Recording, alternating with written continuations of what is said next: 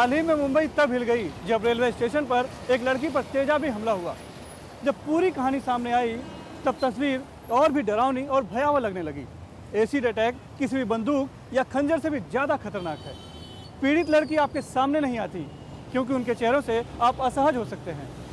आधी जिंदगी और आधी मौत के बीच फंसी प्रीति की कहानी भी कुछ ऐसी ही है। मुंबई में बांद्रा रेल टर्मिनस, तारीख 2 मई। आर्मी में मेडिकल कोर्स के लिए ड्यूटी ज्वाइन करने के लिए दिल्ली से आई युवती पर अचानक एक नकाबपोश ने तेजाब फेंक दिया। पल भर में ही सुंदर और होनहार लड़की के सारे अरमानों पर पानी फिर गया।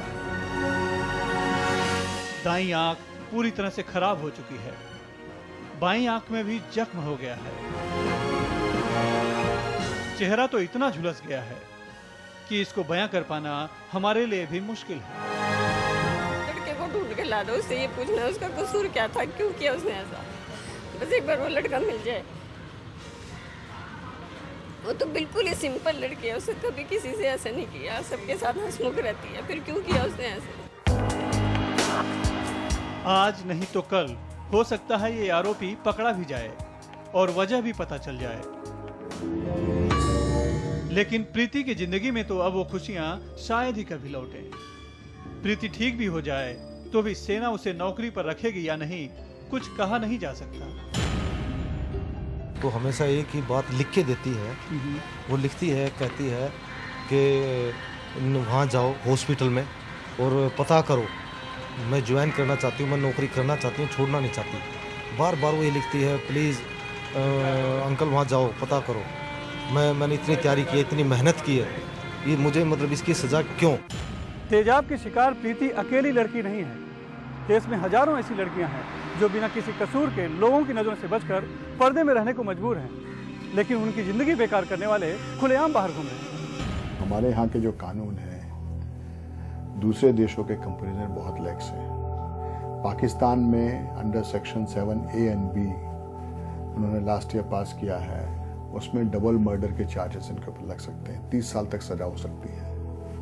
बांग्लादेश में शरीयत लॉ के हिसाब से आई फॉर आई और हैंड फॉर हैंड का उनको है और लाइफ इम्प्रिजनमेंट है। एक हमारा देश ही ऐसा है जहाँ पर सबसे ज़्यादा एसिड अटैक केसेस होने के बावजूद भी न तो इनको सोशल प्रोटेक्शन है, न इनको रिहेबिलिटेशन है और न इनको मेडिकल ट्रीटमेंट की फैसिलिटी है। Plastic surgeon doctor Ashok Gupta अपने 30 साल के कैरियर में 100 से भी ज्यादा लोगों का इलाज कर चुके हैं। ऐसे पीड़ितों की मदद के लिए रिकंस्ट्रक्टिव सर्जरी फाउंडेशन भी चलाते हैं, जिसके जरिए गरीब मरीजों का मुफ्त में इलाज करते हैं।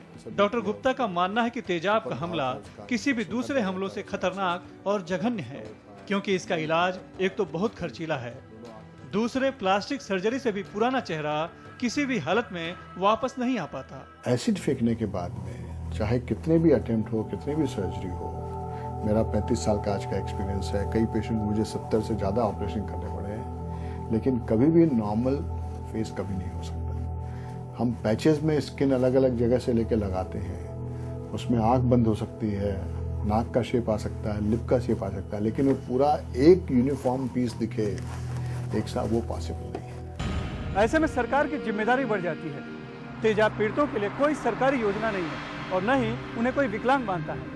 चेहरे की कुरूपता विकलांगता की परिभाषा में नहीं आती। ये नियम है कि 40% से 40% और उससे अधिक उनको जो है रिजर्वेशन मिलता है, लेकिन जो एसिड अटैक के विक्टिम्स हैं चेहरे की कुरूपता को विकलांगता मानते नहीं हैं, और अगर उनकी आंख खराब हो जाती है तो एक आंख अगर चली जाती है तो उसको 30 से 35% तक विकलांगता मानते हैं, और सरकारी हिसाब किताब के अनुसार फिर भी वो विकलांगों की कैटेगरी में नहीं आते, इसलिए उनको जॉब रिजर्वेशन नहीं दिया जा सकता है। तो हम ये प्रार्थना कर रहे हैं, हम ये रिक्वेस्ट कर रहे हैं कि उनकी जो चेहरे की कुरूपता आ गई है उसको और आंख में जो डिफेक्ट आ गया है उसको मिलाकर कम से कम 40% मानकर उनको जॉब रिजर्वेशन दिया जाना चाहिए। और अगर व्यक्तिगत रूप से आप मुझसे पूछें तो चाहे आंखें काम कर भी नहीं हो, चेहरे में इतनी कुरूपता आ जाती है कि हमारे जो पेशेंट है वो कहते हैं कि बस में कोई उनके बगल में बैठने को तैयार नहीं होता है, कोई घर में काम करने वाली का झाड़ू पोता करने का काम उनको देने के लिए कोई तैयार नहीं होता, ये स्थिति हो जाती है।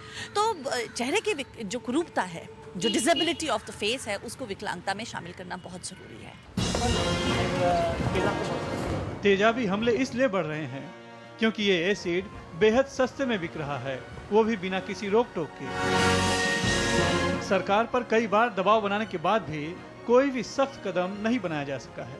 ग्रोसरी शॉप में या आप छोटे से ऐसे मार्केट में चले जाएं, वहाँ ये केमिकल्स क्यों उपलब्ध होने चाहिए? मैं तो सीधे से कहती हूँ कि अगर सड़क पे AK-47 आप नहीं बेच रहे हैं तो सड़क पर आप एसिड भी नहीं बेच सकते हैं, क्योंकि मेरे हिसाब से तो एसिड AK-47 से ज़्यादा घातक है।